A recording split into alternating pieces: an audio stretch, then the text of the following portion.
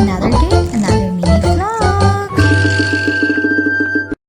March 8 nga nung sinimulan namin ayusin itong nasa taas para nga dito i-celebrate yung kaarawan ni Papa.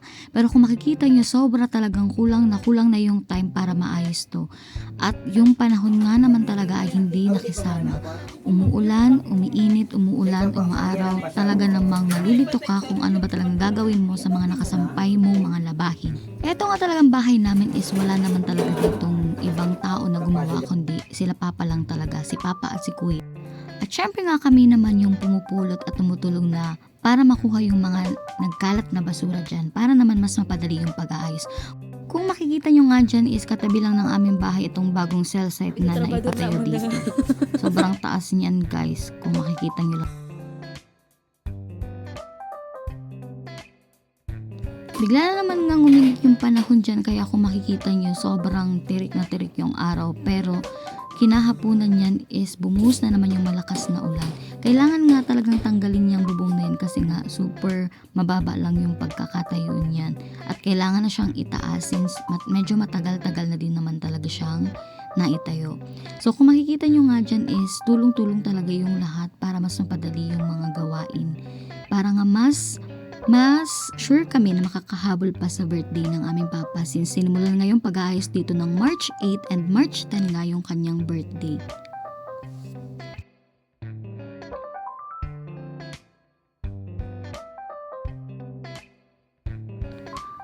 Sobra nga talaga nakakapikon yung panahon dyan kasi nga kung makikita nyo basa na naman yung aming sahig kasi nga umulan na naman pero kung makikita nyo sobrang sikat or tirik na tirik talaga yung araw. Kung makikita nyo dyan talagang sobrang kawawa naman itong mga umaakyat dito sa bubong kasi nga mainit tas biglang uulan. Partida, walaon pa yan. Dito naman nga sa side na to isinimulan na naming tanggalin tong mga lupa kung saan pinagtaniman to ni mama ng mga kamote kasi nga kailangan din tong tanggalin para maalis yung bubong na yan since ito nga yung nagiging pundasyon or naging poste. Kaya kung makita nyo dyan is tatanggalin na namin yung mga buhangin. E di syempre sayang yung effort dyan ni Inday. Wow, magayon ang cell site. Tawan-tan yung exposure to sayang man may nitin pati dyan magpanik sa bubong. Sinimulan nga naming alisin na dyan yung mga solar na nakalagay sa bubong kasi nga talaga namang yung kabilang side ng bubong is matatanggal na at next na itong malaking part. Kung makikita nyo nga dyan is tatanggalin ko na rin itong mga buhangin kung saan pinagtaniman ni Mother Dear ng kanyang mga kamote. Kasi nga ililipat to or itatransfer at pagtataniman pa rin ng mga pananim niya. Kaya sayang din naman daw yung lupa. Kaya ibinili niya sa akin na ilagay sa isang sako para maayos. Dito naman nga sa video na to makikita nyo na si Papa naman yung nasa bubong. Diyos ko Lord, sobrang init talaga dyan ng panahon pero ito talaga hindi mo mapigilan. Ili nga baga talaga tayo ang pananggad yup na sigarilyo. Diyos ko man Father.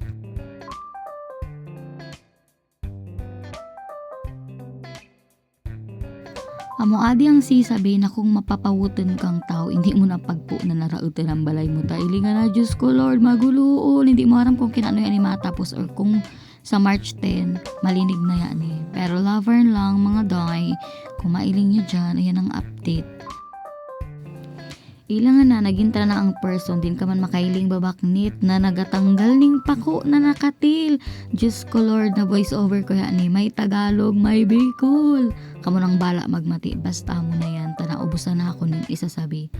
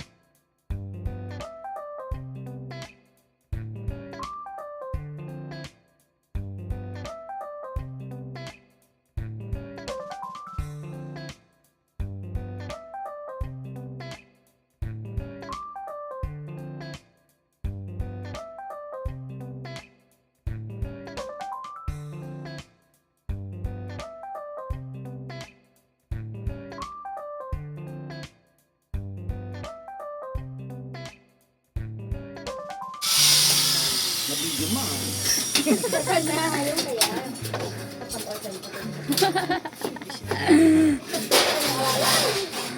Ang Sabado nga tignan mo, nagsagsa na. Magsasabi ka sa... Siya timila ng bala Yan, sa nagsabi na si Father, bata o yan matibayin mag-vlog, mag-voice over. Syempre, dapat may exposure man si Mama. Cutie. Din ka man makailing, naaragsan ka gayon kinakaigas. Pagkaswerte ni Pa. Pili nga na, tauyan na naman suran.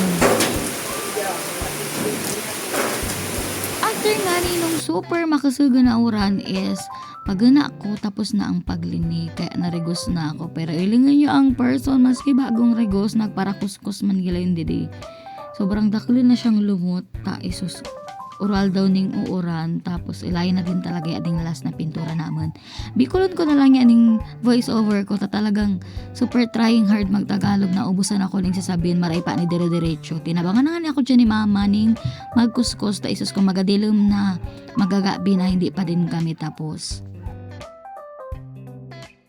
hindi pa nga ni tapos pero ilingan na ba ya? Tadakil na naman din mga bulilit na tambay sa taas na may natulos magtambay daw wakati pa hindi pa tapos. And then finally, March 10. Ito na nga yung update kung gaano nakalinis yung sa taas at napalitan na din yung bubong namin. So far, hindi pa siya totally malinis na malinis pero pwede na siyang mapag-celebrate ng birthday since yung request nga ng mga bata dito is mag-swimming pool daw dito sa taas.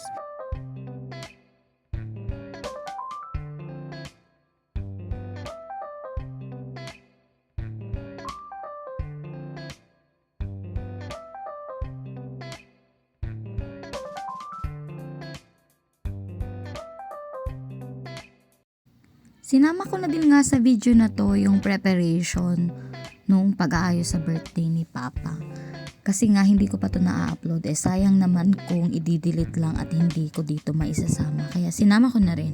Kung makita niyo dyan is busy-busy na ang mga person kasi nga kinahapunan yan is birthday na ni Papa and then morning ganap yan at hindi pa talaga na ilalagay yung decoration at sobrang hangin nga dito sa taas. Yan na guys, kapag naayos na dito sa taas at talaga namang napinturahan na ng bago at na ayos na yung bubong talaga, nalagyan na ng kisame is i-update ko ulit kayo. Okay, hanggang dito na lang. Till our next video. Thank you for watching!